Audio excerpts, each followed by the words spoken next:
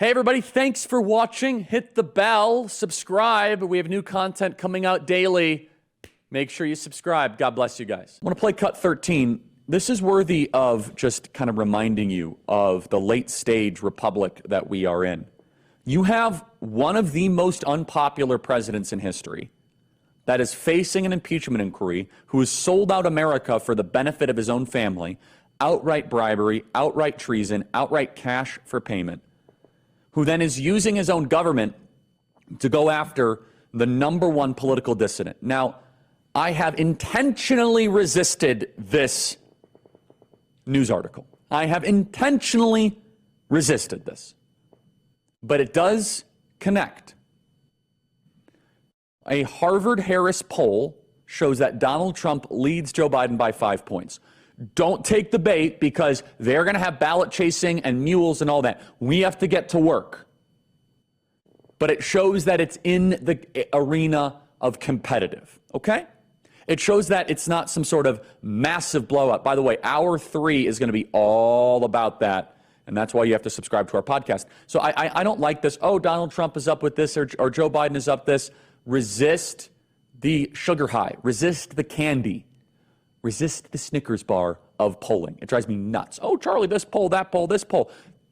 Get to work. Chase ballots, register voters, secure our elections. Chase ballots, register voters, secure our elections. But it does show, this one poll, if I could just isolate it, shows that, okay, Joe Biden, the least popular president, Donald Trump is at least within the margin of error where the race can be competitive. Let's go indict him. This would have been so unacceptable 20 years ago.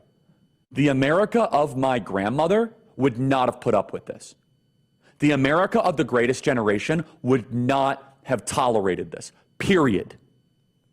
The greatest generation would not have allowed their government to become some sort of political super PAC for a failed, craven, evil traitor president. Apparently, it's acceptable for half the country right now. Play cut 13. At this point in his term, Joe Biden is the second most unpopular president in modern U.S. history. Jimmy Carter was the first.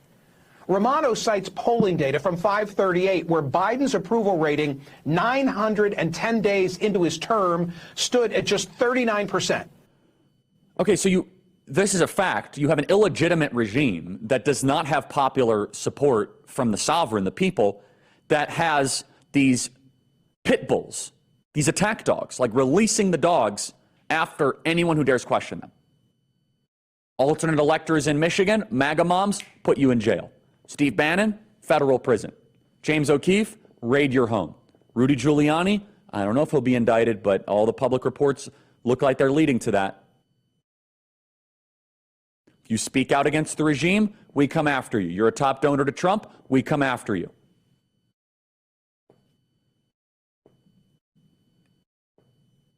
And Donald Trump right now is on the verge of getting indicted on the most serious of all charges, and we're just supposed to kind of just shrug our shoulders and say, yeah.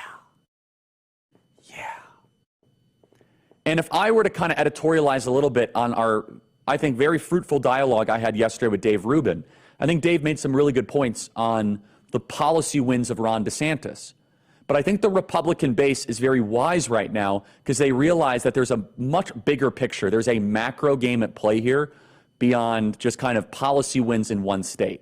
This is a question of the survival of a civilization, of whether or not you can take out a duly elected president, a popular president, by administrative state Praetorian Guard means. I think the base is totally understanding that game correctly.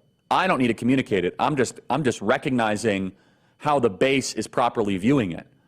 We're half the Republican base in every poll, Donald Trump up 30, up 40. And I had somebody ask me, they said, oh, Charlie, why is Trump so popular? I said, the average rank and file person who's supporting Donald Trump, it's not about the tweets, it's not even about, it's about, they're not going to put up with an unelected shadow government to tell them who gets to be president.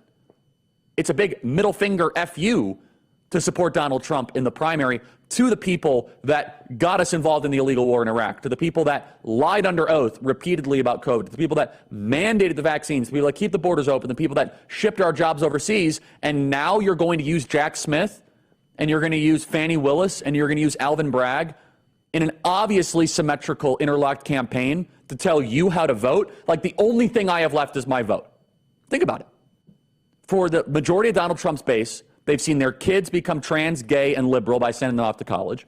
They've seen their country become unrecognizable demographically because of a wide open southern border. They've seen American foreign policy become the laughingstock of the world. They've seen their dollar erode in purchasing power year after year. They've seen their major institutions like the NBA and the NFL and Hollywood become sick and twisted gay versions and hyper-racialized versions of their former selves. What else does the person in East Palestine, Ohio have? They don't even have drinking water anymore. You know the one thing they have? They have a ballot. That's what they have. They have a ballot. And it's not about a policy debate. It's not about, I'm going to reconfigure this federal bureaucracy because I have assembled. You're not reading the room, man.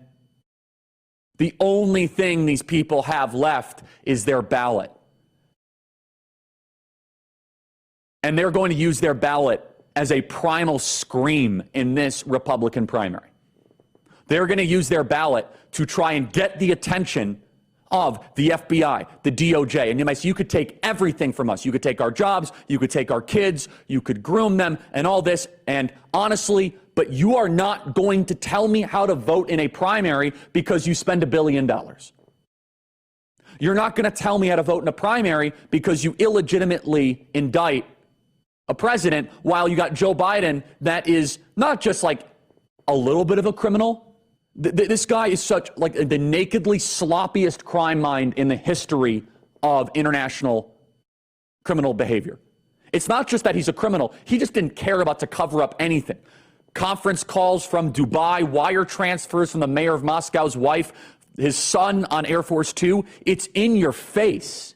I mean, at least, as I said yesterday, at least the Clintons set up some sort of charitable foundation where they pretended like they did good work. I mean, they had a little bit of shame. You got to think Bill Clinton was like, I've been impeached. Like, let's try to. And Joe Biden's like, screw that. Who needs charitable foundations when you could just receive the money yourself? The Republican base has been targeted, harassed with IRS agents. They flooded the streets with crime and drugs and trans activists. And you still go to work. And you still do your part. You go to church. You pray for your country. You fast for your country. You care about your grandkids. You donate to Turning Point USA. But with the message that you're sending right now, and I hear you and I feel you and I share this sentiment, is like, honestly, you're not going to tell me how to vote in this Republican primary. Screw you.